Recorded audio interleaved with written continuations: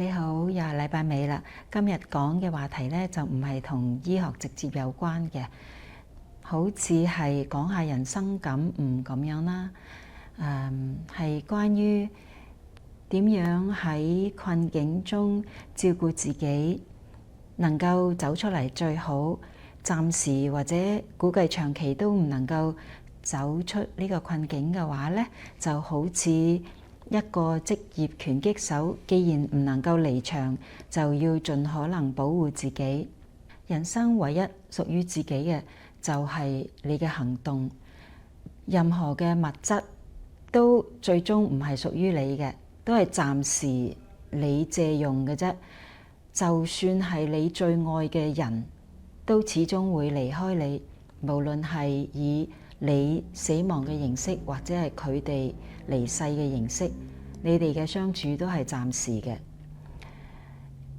人自然都會老去，人都會病，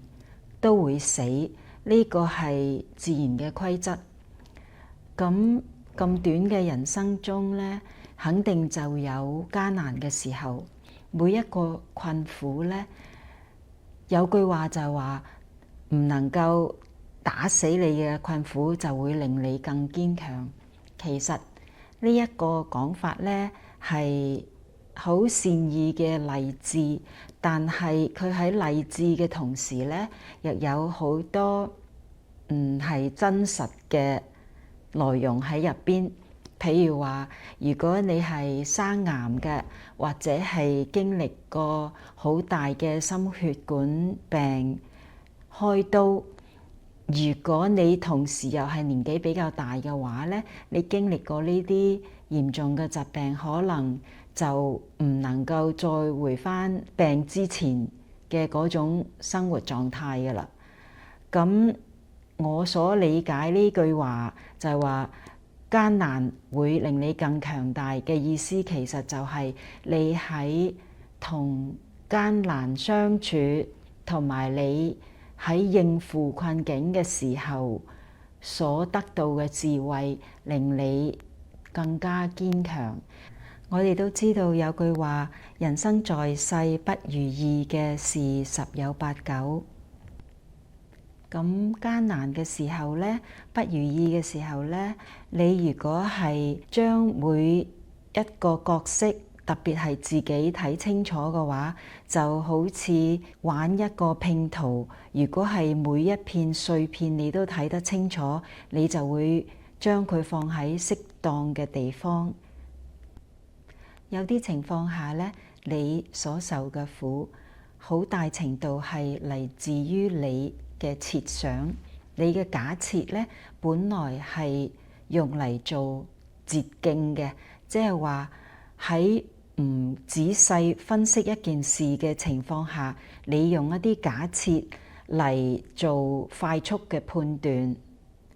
咁我哋都知道，對一啲人嘅偏見，對一群人嘅意見，好多時候就係嚟自呢一啲捷徑，呢啲假設。咁同樣喺人生遇到困難嘅時候呢，你對自己角色嘅一啲假設呢，通常係為自己帶嚟更多嘅苦處。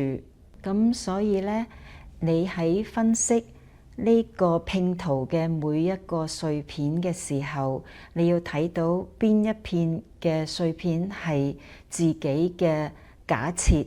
可能認為做妻子呢，乜都要包咗屋企嘅內內外外嘅事情，細路仔嘅事情，仲要做好本職嘅工作。咁如果你係丈夫嘅話呢，你就以為所有嘅大事都要自己承擔，咁樣先至係男人大丈夫。醫生呢，你就會認為既然係白衣天使嘅話呢，就應該俾人搓圓撳扁，因為人哋係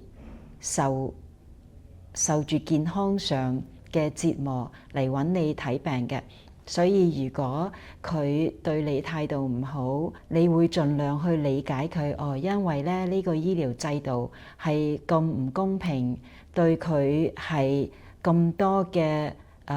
擺設咗咁多嘅障礙，令佢好難去喺自己生病嘅時候已經承受肉體痛苦嘅時候，仲要跨過咁多嘅障礙先至能夠得到一啲基礎嘅醫療，所以我要原諒佢嘅好多嘅冒犯。咁呢一種嘅假設咧，就係令你讓人哋侵入到你自己嘅界限。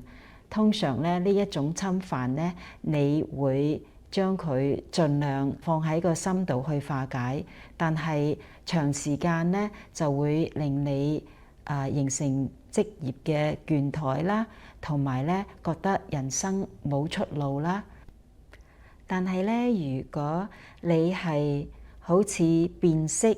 呢一個人生拼圖嘅每一片碎片咁樣去辨識呢一個有色眼鏡嘅話咧，你就會知道，如果我將呢一對眼鏡除咗落嚟，我睇到嘅事情會更加真實。你就會消除呢個假設，你就認識到咧個制度係令你冇可能做一個好有效嘅醫生，亦就係話你唔能夠喺解除病人嘅肉體痛苦嘅同時，亦都照顧得到佢嘅經濟上嘅壓力。你喺一個婚姻中咧，唔可能對伴侶嘅快樂負責。快樂咧係屬於個人責任，因為每一個成年人咧，好似帶住一個呼啦圈咁，即係你知嗰啲呼啦圈啦，放喺個腰度揈下揈下嗰種。咁你每一日嘅活動咧，其實無形中係有一個呼啦圈嘅，而呢個圈唔單止係你個人嘅責任，亦都係其他人唔應該侵犯嘅。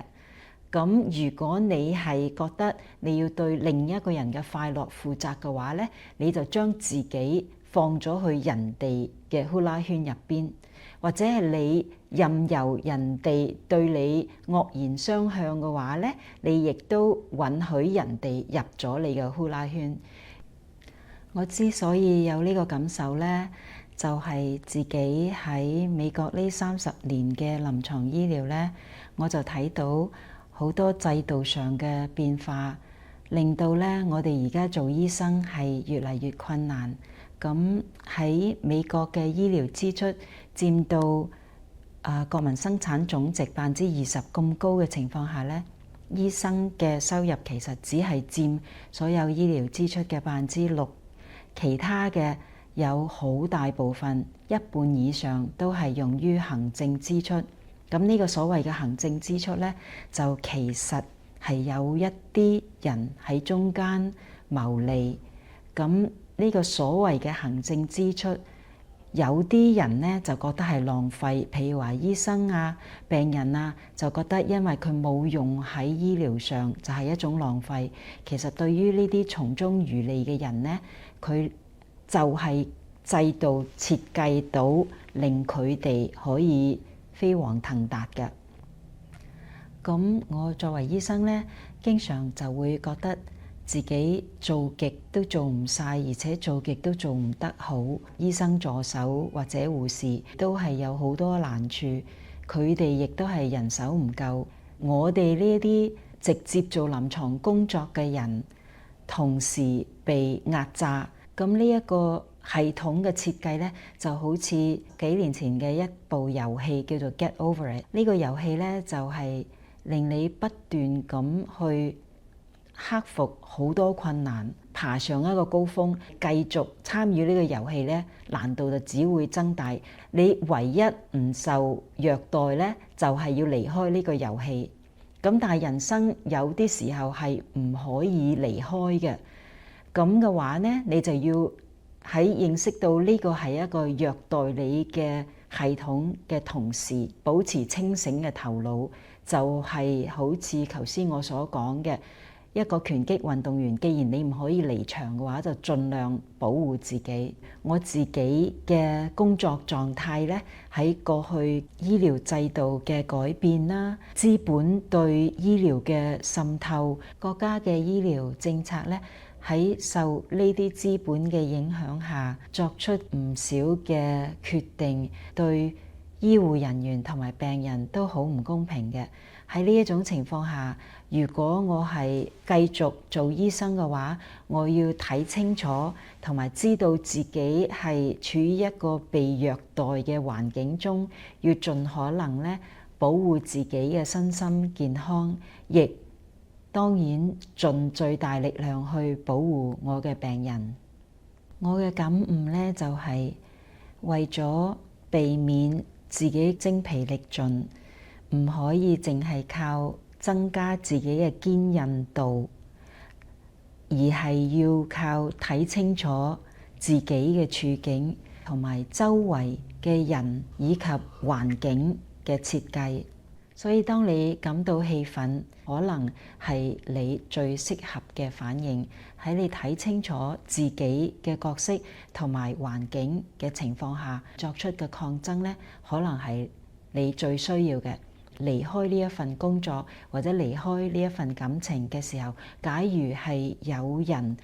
勸你算啦算啦，睇開啲啦嘅時候咧，呢一個和事佬未必係對你有保護作用嘅，因為和事佬好多時候係出自佢自己嘅不安，佢覺得睇到有衝突唔舒服，所以喺度勸和，唔係因為睇到你嘅真實情況而作出嘅一啲勸誡。你選擇離開呢個決定嘅時候，最好唔係話達到忍無可忍嘅時候，非常氣憤，喺情感個狀態好高漲嘅時候去作嘅決定，而係冷靜分析之後做決定。咁相反嘅，有時咧，我哋生活中每一個人都有唔同嘅情感，係自然嘅，每一日都會出現。你只要係認識到呢個感覺，就好似一片雲咁，會出現，亦都會飄走，